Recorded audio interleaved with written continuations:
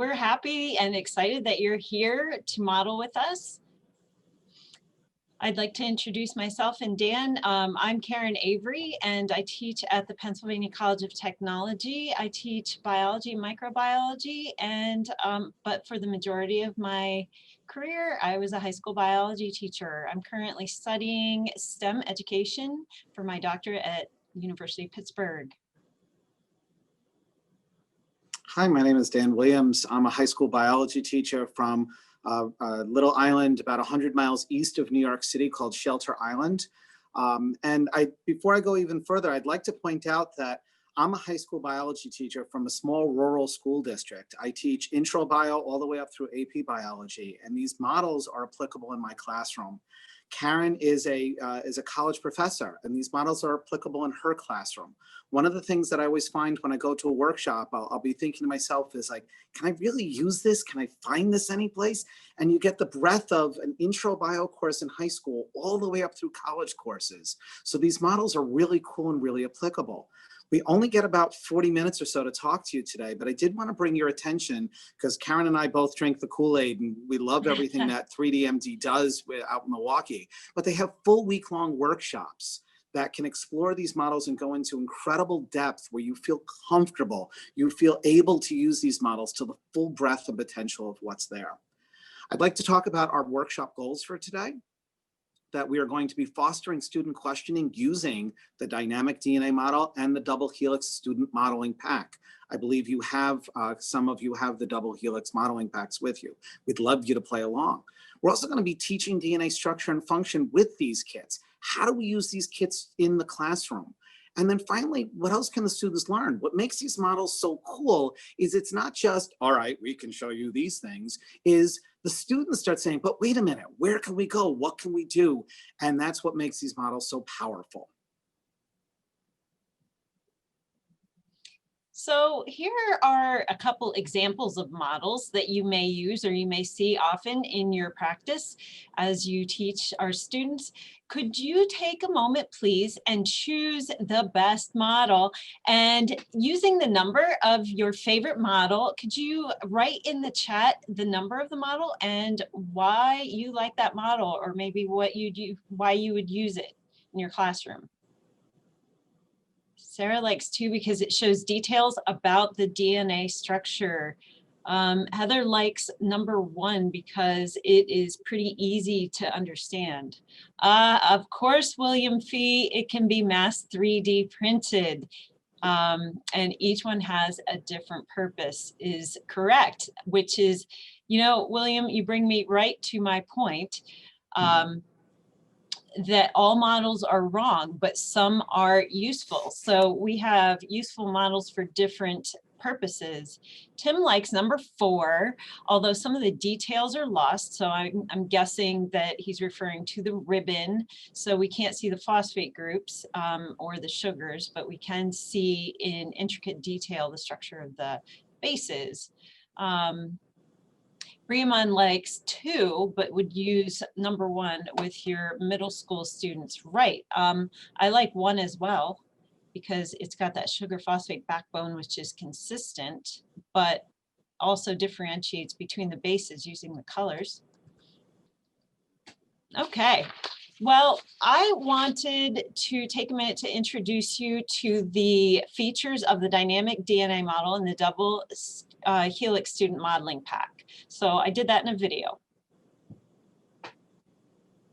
I'm going to use the 2 base pair set to demonstrate some of the overall features of this kit.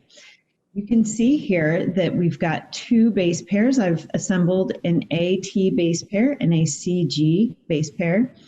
And already we can see the anti-parallel nature of DNA. The kit comes with extra oxygen caps if you want to cap off those phosphate groups on the 5 ends, and some hydrogens if you wish to cap off the hydrogens on the 3 ends. I'm going to leave those off for now for a demonstration. You can easily separate the base pairs, and you can actually teach deconstructing the DNA molecule, or you can have them construct it. It's up to you. But right here we have a CG base pair, and we can see our sugar, our phosphate, our sugar, and the nitrogenous bases meeting in the middle, sugar, phosphate group. So we already can take a look at the difference between our purines and our pyrimidines. We can also see CG3 is how I ask my students to notice that there are 3 hydrogen bonds between cytosine and guanine. And of course, AT2, here is our thymine base and our adenine base, and easily pulled apart are our hydrogen bonds in the middle. So students will explore that. We can also either construct or deconstruct a nucleotide. And for that, we've got a phosphate group, a sugar, and a base. We'll go into the structures of these a little more later in our presentation. This base is a cytosine, and we're going to attach the cytosine to the sugar. The post on the nitrogenous base matches up with a hole in the sugar, so it's fairly easy to assemble and pretty hard to put it in the wrong place. And then, of course, we've got our phosphate group, which will attach not with magnets, but with a more robust connector.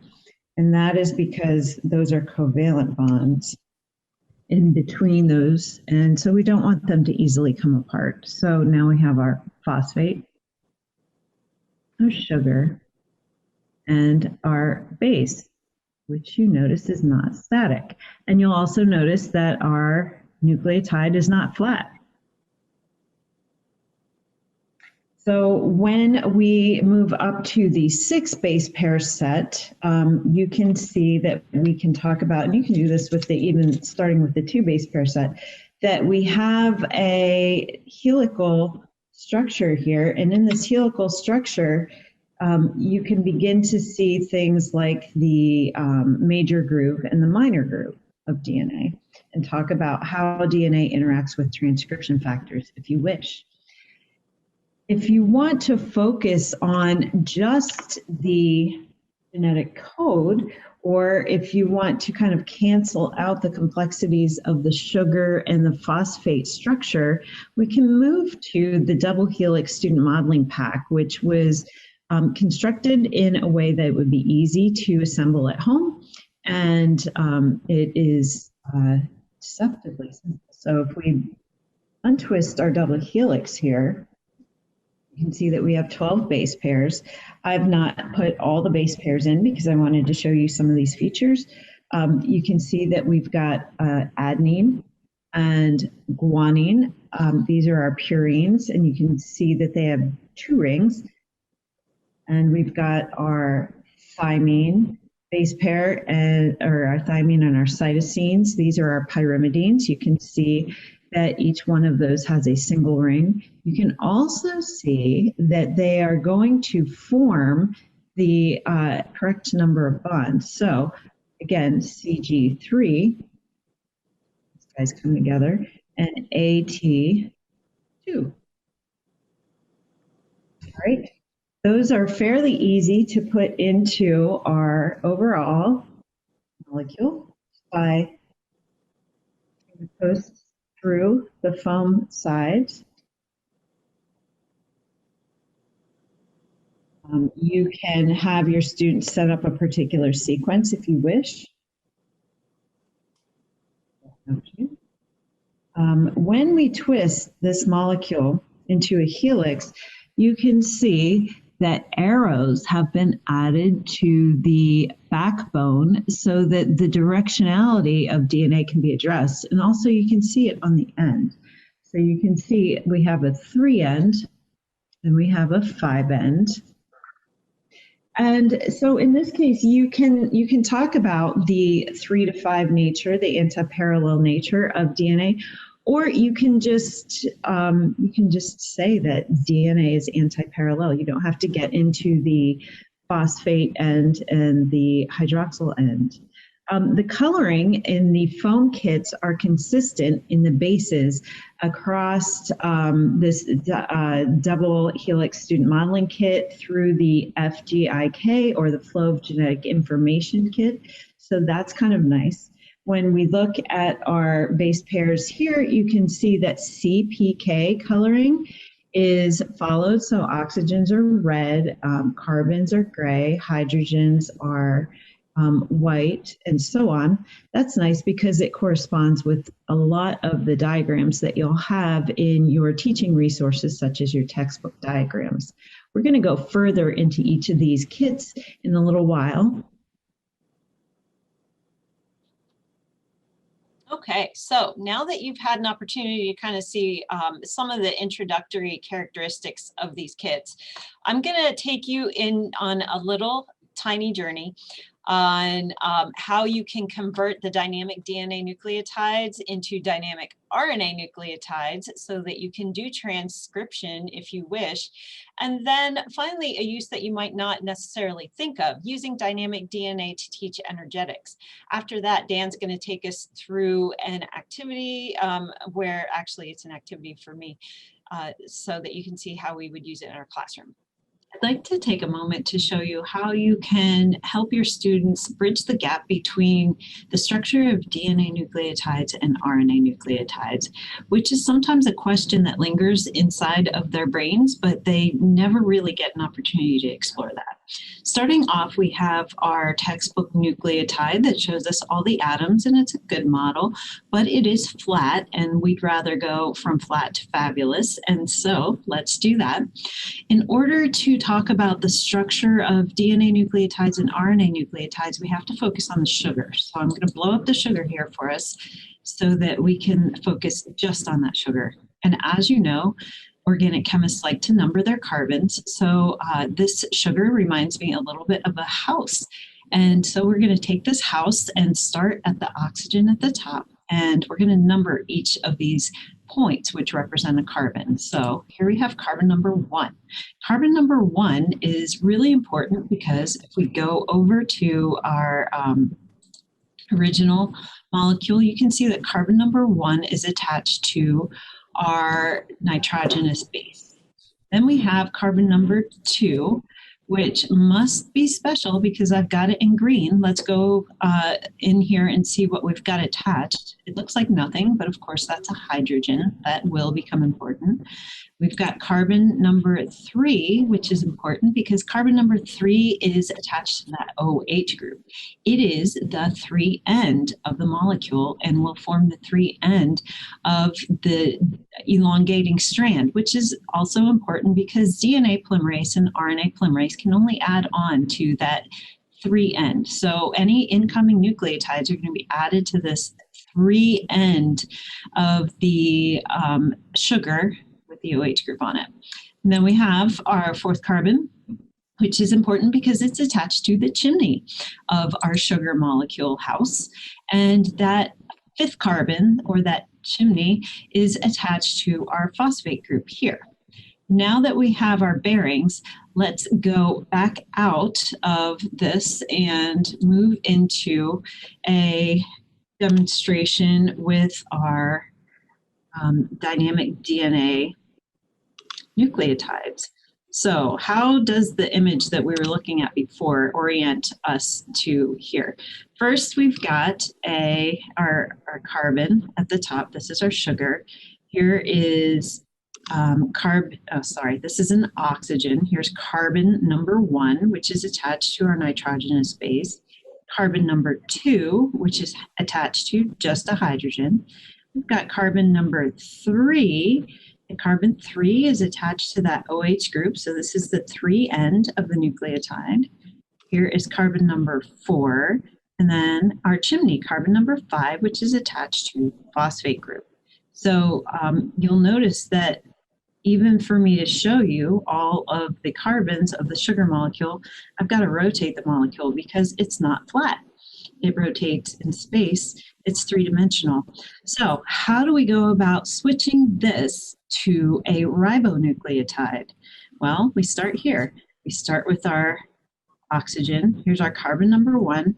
The change is on that carbon number 2. Got an oxygen here, so this is actually representing a hydroxyl group. If I put that hydroxyl group on the molecule here, I end up with a sugar that has 2 hydroxyl groups on it.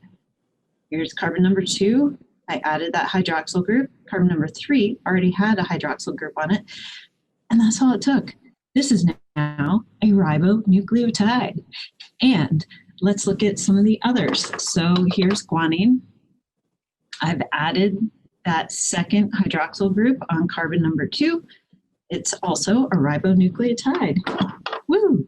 We have our third nucleotide, which is cytosine, and you can see here, get it oriented, that I've added this OH group on carbon number 2 and the one on carbon number 3, so it is also a ribonucleotide. Now, let's look at the last one, and that is thymine. And thymine also, wait, did you just say that thymine doesn't exist in RNA? We'll have to address that, won't we? Maybe more than one change. All right, so let's look at thymine a little closer. Here is our oxygen. Here is our first carbon with the thymine that you just told me doesn't exist on a ribonucleotide. Here's our carbon number 2. So I'll add my OH group here. And so how do I deal with this? How do I make this into a uracil? It's a thymine. All I've got to do is pull off this methyl group. Boop. There it is. And so now we have a uracil nucleotide just by removing this methyl group and adding on this hydroxyl group. Cool. And generally, we take our students' attention to the 3 phosphate groups, but I'd like for us to focus for a minute again on the sugar. And what do you notice about that sugar? Is that deoxyribose or is that ribose? You're right, that's ribose. And it's important that it's ribose. These are less stable and more reactive functional groups than the simple hydrogen that you find on this second carbon for deoxyribose. And so if we wanted to use our nucleotide for adenine and convert it into ATP, that's fairly simple to do. I'm going to come back here and show you again our nucleotide. So we have our adenine base,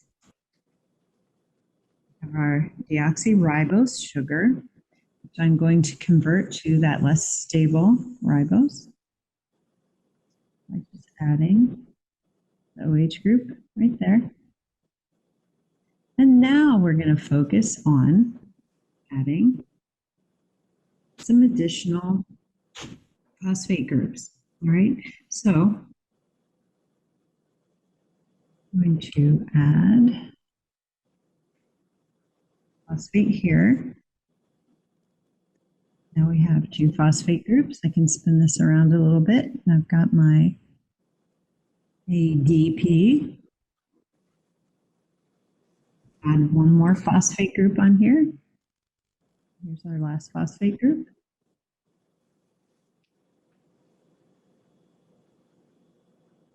Now we have missing triphosphate. Again, not flat and moves around in space, all right? Which is more accurate than our flat model. Our students a better idea of how this works. So what do I do then? I generally have my students build these in pairs, which is helpful, but then we really need to talk about why ATP is used as the energy currency or one of the energy currencies in our cells. what happens when something is phosphorylated. So at this point, I like to do a lot of turn and talk. I would have a turn and talk activity where the partners who built these, one student would take the molecule, pop off that last phosphate group, and phosphorylate their partner. All right, so Dan's over here. I'm going to phosphorylate Dan. And what happens when Dan takes this phosphate group? Well, Dan would need to come back and tell me that phosphate group might make him a little less stable. He's feeling less stable and more reactive. Or maybe it would cause a shape change that makes him more likely as a molecule to react. So that's one of the ways that I use the dynamic DNA nucleotides to demonstrate cell energetics. So now that I'm less stable and more energetic, we'd like to bring it back to a little bit different of how we're going to use this within the classroom. Karen spent a lot of time talking about a lot of really good chemistry. She was talking about the purines and the pyrimidines. She was talking about the hydrogen bonding, how many different bonds we had between the different types of molecules. She got into a lot of very hardcore specifics, which is great in a lot of situations, but sometimes you want to back it off a little bit. You want to go a little bit easier. So what we're going to do right now is I'd like to demonstrate how we would do this in the classroom. And I would hand out the models, kind of what you see up on the screen right now. And I would give one model, a purine, to some of the students. I'd give a pyrimidine to some of the other students. And I'd say, just look at your model and compare it to your neighbors. And what kind of differences do you see? No hardcore terminology here. Some of the students would say, well, I kind of noticed that there's a single ring in the one that I'm holding in my hands. And they would show that there's this kind of circle area. And other students would say, but wait a minute, I see that mine has 2 rings. And we would try to see if there's any sort of differences that are there. Some students might say, well, this molecule's not flat. This molecule kind of comes at a bit of a right angle that's going out. And the reddish yellow group sticks out and the blue gray group sticks into another area. Notice we're not using any sort of chemistry language here. It's observe, wonder, what's going on with this? Then the students would notice, of course they're going to notice, there's magnets on this thing.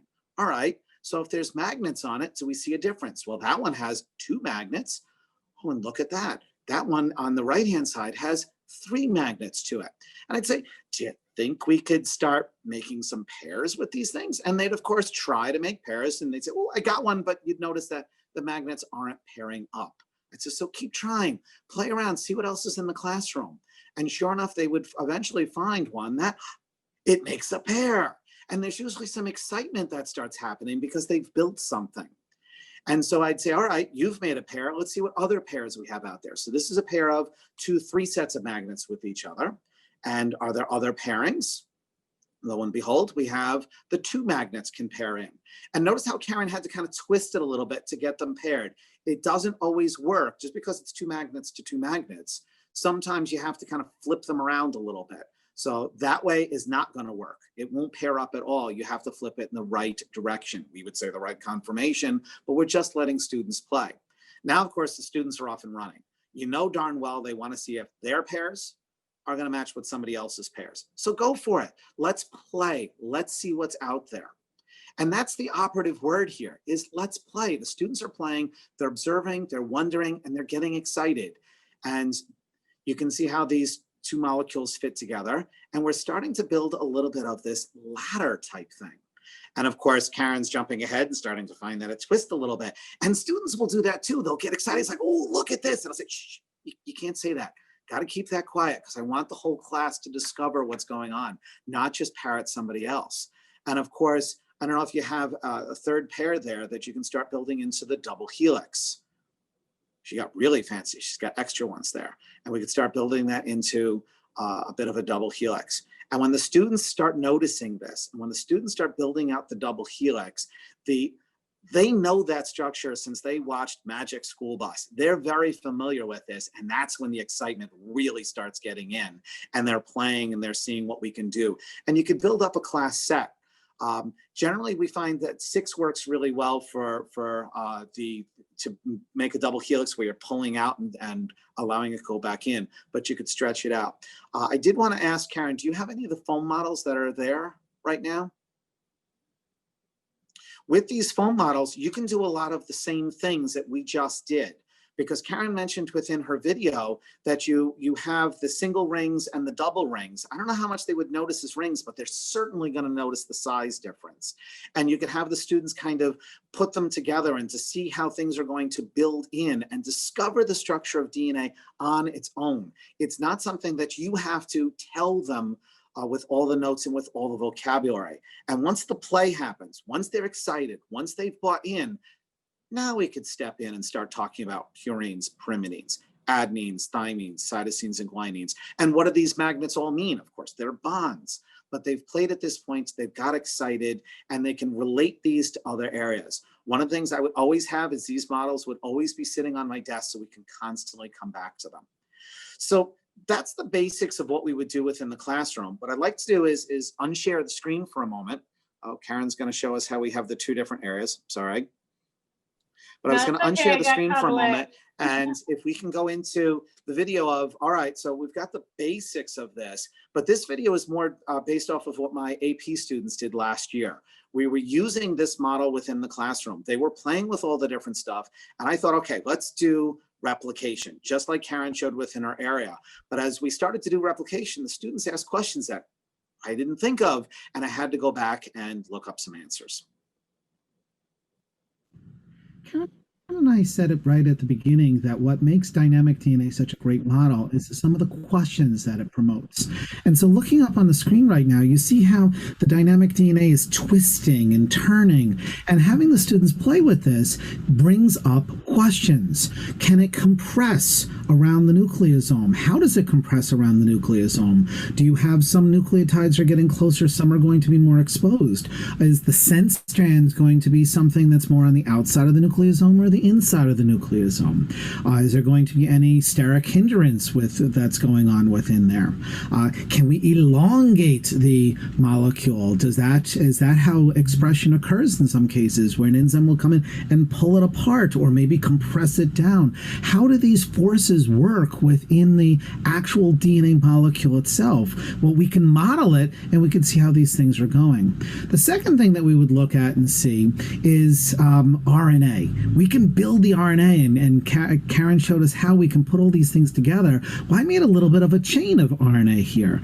And in this chain of RNA, take a look in this spot here. You can see all these oxygens in a row. That's going to make it really unstable. That's going to be a problem. It's one of the reasons why RNA is not around for as much. And so then it brings up the question, well, then how do we come up with all these major structures that are made out of RNA and the 3-dimensional things that are going on within there? So this is chemistry questions that can come up.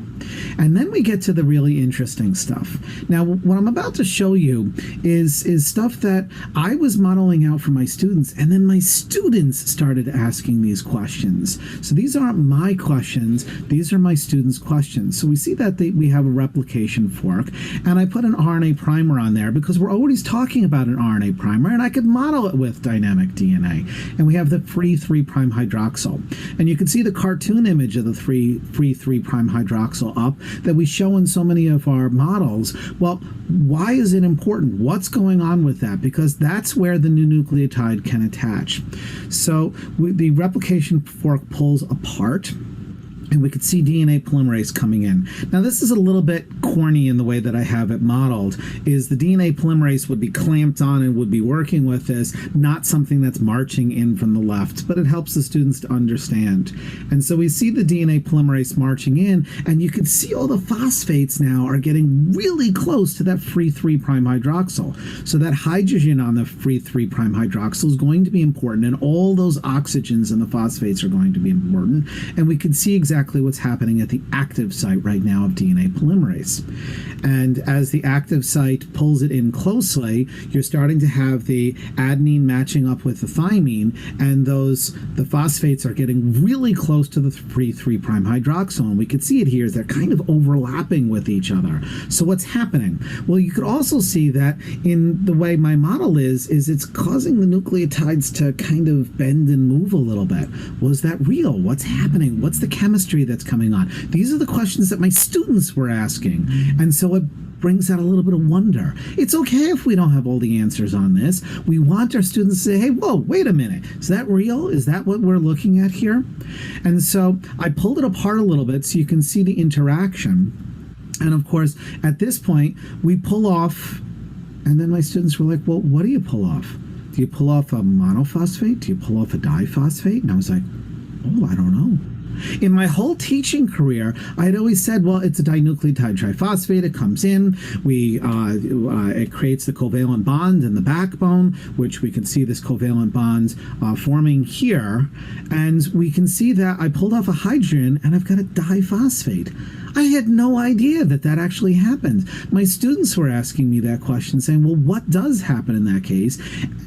And I was searching for answers. So I had to go back and do a lot of literature reading. And that's okay that I didn't know that answer, that my students came up with that question. My students were asking the question because we had done ATP and we had done glycolysis, and everything was about, well, if I phosphorylate this, where's the hydrogen going to go? Where's an oxygen going to go? Where are all these things going to go? And my students were looking at the same way, cross-cutting concepts. This isn't just DNA. This is biology. And everything works together.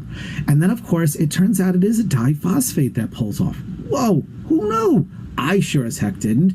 And apparently the hydrogen, it becomes an acidic situation. And so the hydrogen is free within the solution. So where does the phosphates go? What happens with this? And you'll see here that I brought in a new enzyme that I learned about called pyrophosphatase. And pyrophosphatase is going to come and break apart those two phosphates. And this is a highly negative Gibbs free energy, which is going to help drive the reaction. So you don't have to go into all this. I would never do this with my intro bio students. I would want to see my AP Bio students start questioning about this. And now that I could bring up the huge negative Gibbs free energy change, we can start talking about this in the same language that we talked about within cell respiration. Cross-cutting concepts. How is this all working together? What are we working with? This is what makes this such a great model, because it leads to more questions and more questions and more questions, and that's what we want to see. We can further demonstrate things, and Karen's now going to take us through how we can do a little bit of replication with the two different types of models that are out there. Unfortunately, we won't have time to be able to pull everything apart to go through every step, but on the screen you can see we've got representations of multiple models. What we have here is and I'm going to share my screen, and it's not as pretty because I just realized that there we go. I made these move around a little bit. But one thing that 3D Molecular Designs has done is make a set of digital activities that go with each of the student take-home kits. And this one goes with the dynamic DNA kit. So when we look over here, you can see that these little labels are clickable, and it looks beautiful on theirs, but mine is sloppy because sometimes I'm sloppy. So it's really important to either let your students puzzle through or help them situate the differences themselves in the differences between the models as you shift from models, because I think sometimes as teachers we assume that they can move through models the same way we can, and we don't want to do that. So here we have the sugar phosphate backbone on the textbook model that we always use. We want to show them that on the dynamic DNA, here is the sugar phosphate backbone right here. So here's our phosphate group and our sugar. And then we go down to our student modeling pack that we were demonstrating earlier. And what you see here is that we've de-emphasized the nitty-gritty of the phosphate and sugar structure and boiled it down to just the ribbon model, because we don't need to focus on those structures when we're using this model. We want to focus on the differences between purines and pyrimidines and 3 versus 2 base pairs. And so here's a nucleotide for the flow of genetic information kit, which is not included in this activity in this presentation, but I wanted to bring it up here. So this also gives us a sugar phosphate backbone. In addition, we'll move this over here and show you where the nitrogenous base is on this molecule.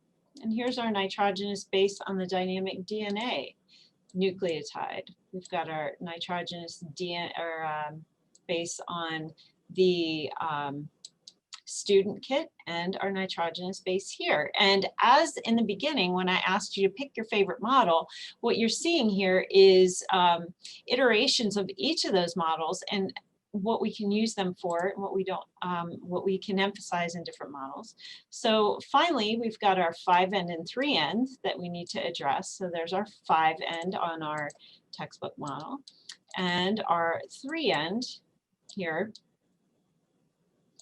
And if we were going to have them identify the 5' on the dynamic DNA model, that would be there, and our 3' over here.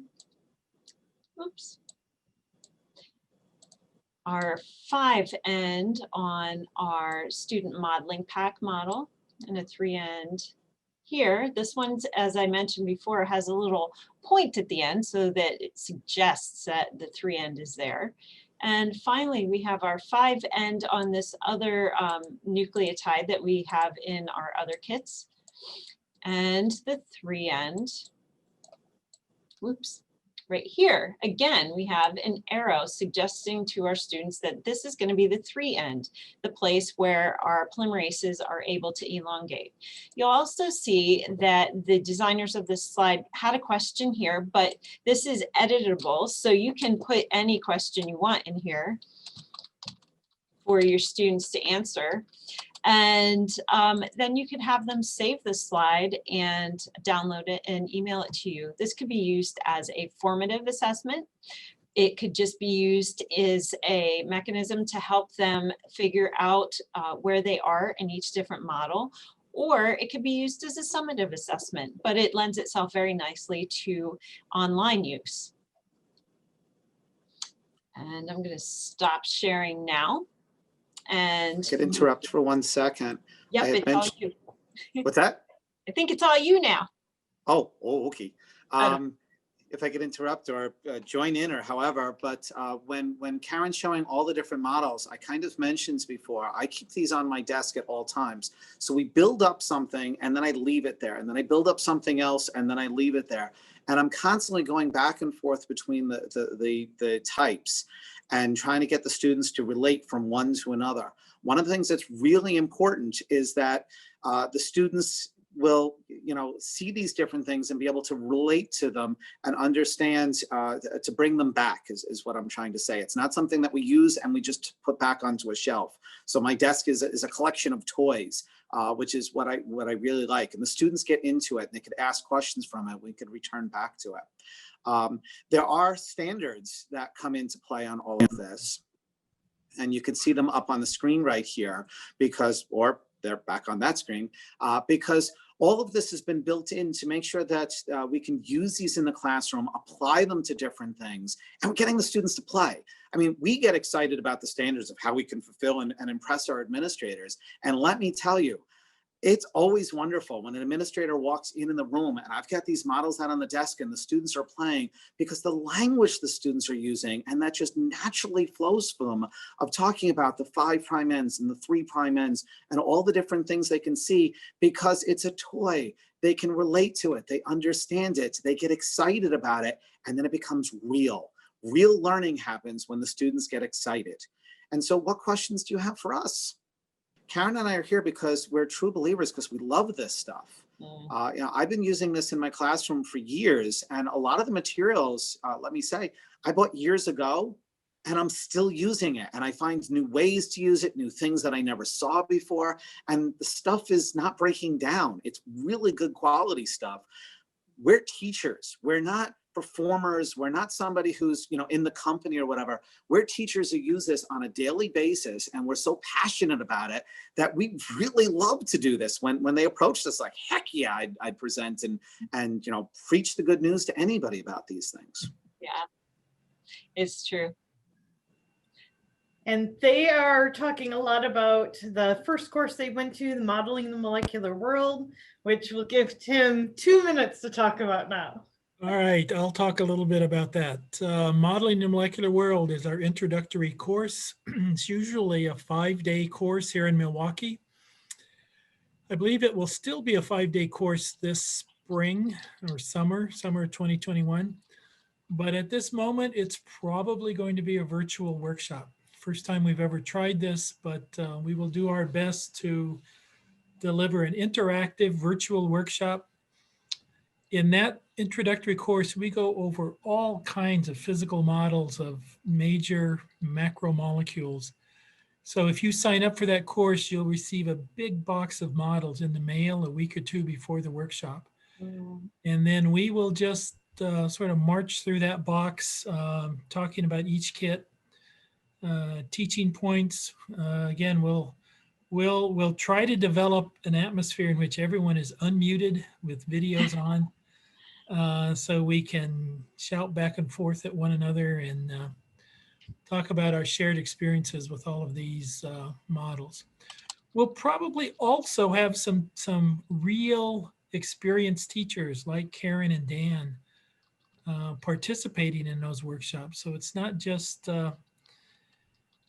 old guys talking about how they think these things might work in a classroom, but there'll be some real teachers there who've actually used them in classrooms. So I would encourage all of you to think about signing up for that course. The main reason to do Modeling the Molecular World, I guess there are 2 reasons. Number one, it could possibly change the way you teach. And number 2, when you do Modeling the Molecular World, it then qualifies you for the advanced workshops, like the current advanced workshop, which is called Science and Ethics of Genome Editing with CRISPR. And the nice thing about the advanced workshops is these are grant supported. So we can pay for everything with the grant, including your travel and a bunch of models, and it's a good deal. So thank you for that brief summer course intro. And Sarah, I noticed that you said you attended all of our sessions today. Thank you so much. I hope that you can join us for one of the summer courses. And we have 6 more sessions coming up, 3 tomorrow and 3 on Sunday. So we hope that you guys can find those. You can access all of our sessions from our virtual booth page on the NSTA site. As you guys probably found out there, but they're listed in the live demos and the regular sessions as well. And thank you for attending. I feel like I took over. Sorry, Karen, Dan. That's okay. Thank you, everybody, for attending. This was wonderful. I wish we could have met you all in person. Absolutely. That's where the magic happens. But this is best, second best.